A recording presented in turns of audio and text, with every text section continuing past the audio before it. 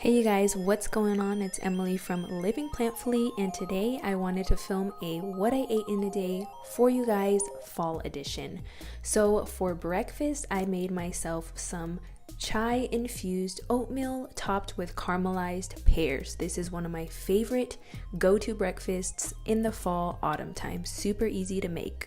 In a saucepan, you want to add some non-dairy milk. Let that come up to a simmer, and then I added 2 bags of my favorite chai tea, and I used this one and it is decaffeinated. So add that to the simmering milk and I let that steep for about 5 to 10 minutes. In the meantime, I worked on my pears. So in a medium saucepan, I added some coconut oil as well as some maple syrup. Then I added to that some beautifully thinly sliced pears. I've been in love with pears this fall. I used to love them as a little girl, but I guess my love for them has returned. So you just want to place them into our pan in a single layer and then sprinkle them with a little dash of some cinnamon. You want to flip them around a couple of times so that both sides of our pear get nice and caramelized. Once your pears look just like this, they're perfect to go, and set those aside. Moving on with our oatmeal. So at this point, your milk should be nice and infused. I like to squeeze the tea bags just to get all of the tea out of there. Bring that mixture back up to a simmer, add a pinch of salt, and then whisk in some quick oats. At this point, you can turn off the heat and place a lid on top of our oats, and those are just going to soak up all of that chai infused milk. So then add in your sweetener of choice. I decided to go with some organic brown sugar. Give that another mix, and that is ready to plate up. So I plated it up in my coconut bowl, topped it with a little bit more milk, my caramelized pears, some coconut flakes, chia seeds, and some vanilla non-dairy yogurt. And there it is, guys, my chai infused oatmeal topped with caramelized pears. This stuff is so amazing. It's literally my favorite thing to make in the fall. It's incredible. You have to try it. So moving on to lunch, I wasn't super hungry, especially after that super filling oatmeal, so I decided to make myself a light bruschetta pita pocket. And I usually make this on toast, but I wanted to be a little bit fancy.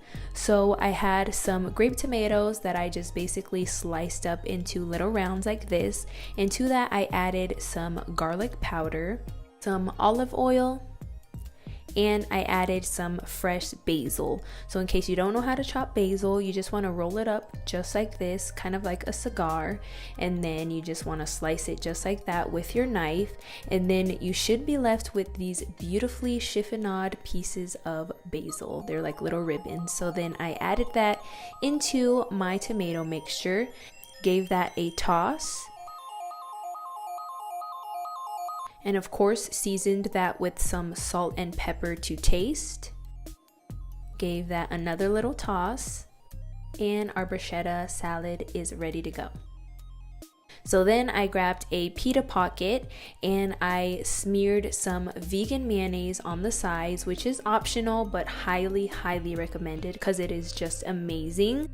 So then I wanted to add a little bit more of some freshness, so I filled that with some fresh spinach leaves.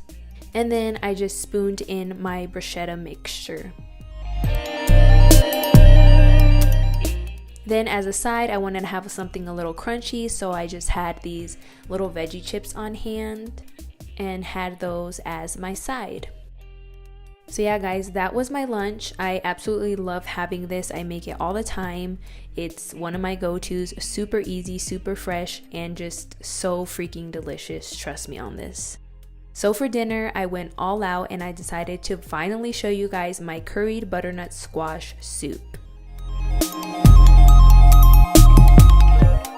So to start off, we want to dice up our butternut squash, and if you don't know how to do that, I do have a video showing on how to dice them and get like beautiful little pieces of butternut squash. I will link it right here in the corner.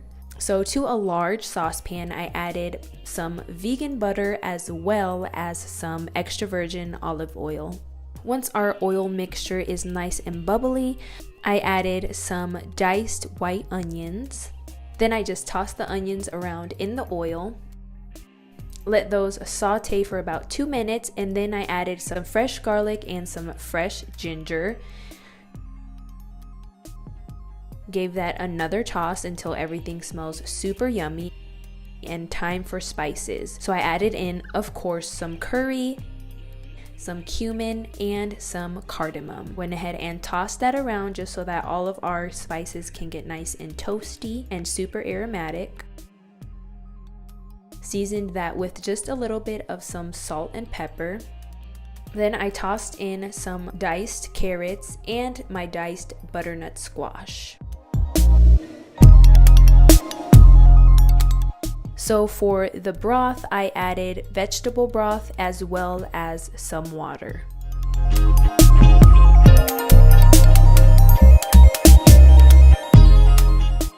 Taste for seasoning, it was good to go. Let this come up to a boil and put the top on.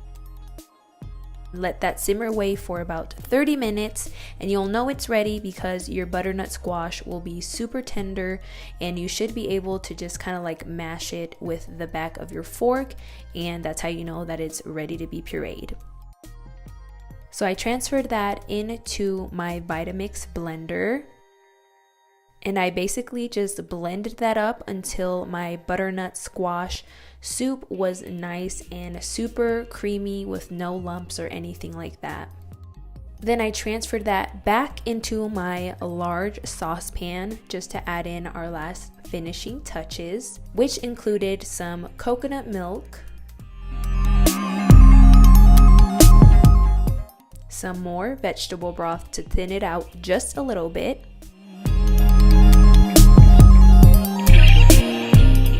and some maple syrup for a little bit of sweetness.